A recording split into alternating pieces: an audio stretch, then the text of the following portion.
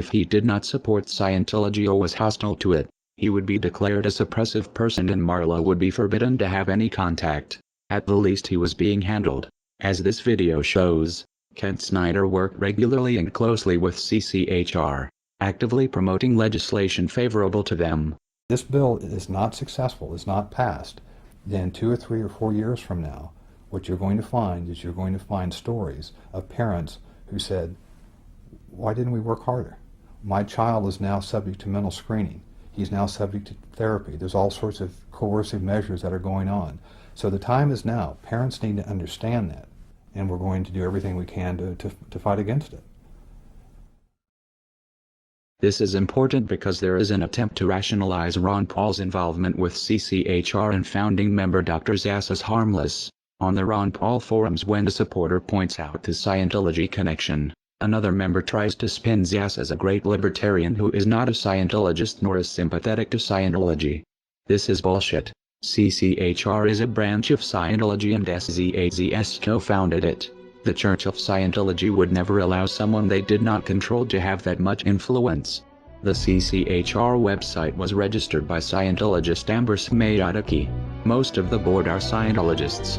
Zass denies being a Scientologist. A representative writes, sharing this battle does not mean that Dr. Zass supports the unrelated principles and causes of any religious or non-religious organization.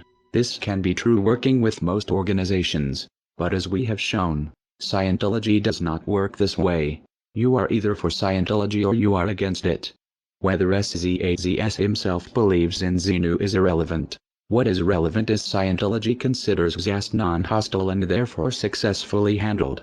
Kent Snyder may have something in common with Lisa McPherson. His involvement with the cult might have killed him. Like Zass, Scientology believes in an extreme version of personal responsibility. That disease is a result of body thetans and it is the Scientologists' fault for not trying hard enough to clear them. If they did, goes the theory, they would be free of disease. Zass doesn't push body thetans, but he does promote a dangerous distorted idea of mental illness that has the same potential effect, discouraging people from getting help because according to him any problems they have are imaginary. The CCHR was created in 1969. Founded by the Church of Scientology and by famous renegade psychiatrist Dr. Thomas Zass. From day one, most or many of the senior leadership of the CCHR have been Scientologists. And for Zass, and of course this has been taken on big time by Scientology, therefore mental illness is not real illness. It is possible Kent Snyder's untreated illness and death was a result of adopting the Scientologist beliefs that his illness was his fault or not real. It would explain why he had no health insurance. Many Scientologists don't. It seems Snyder sincerely believed in Ron Paul's libertarian rhetoric and equally trusted his Scientologist friends, though this ultimately was not in his best interest. A further question arises. How many of Scientology ideas are influencing Ron Paul's campaign for liberty through CCHR and Zass? The Scientology connection to Ron Paul has been noted in a handful of disingenuous threads on the Ron Paul forum. They are disingenuous because they ask questions a Google search can answer in seconds, yet few people link to these results. The threads are phishing members to see how much Paul supporters know about the connection, and when someone appears knowledgeable, the information is spun.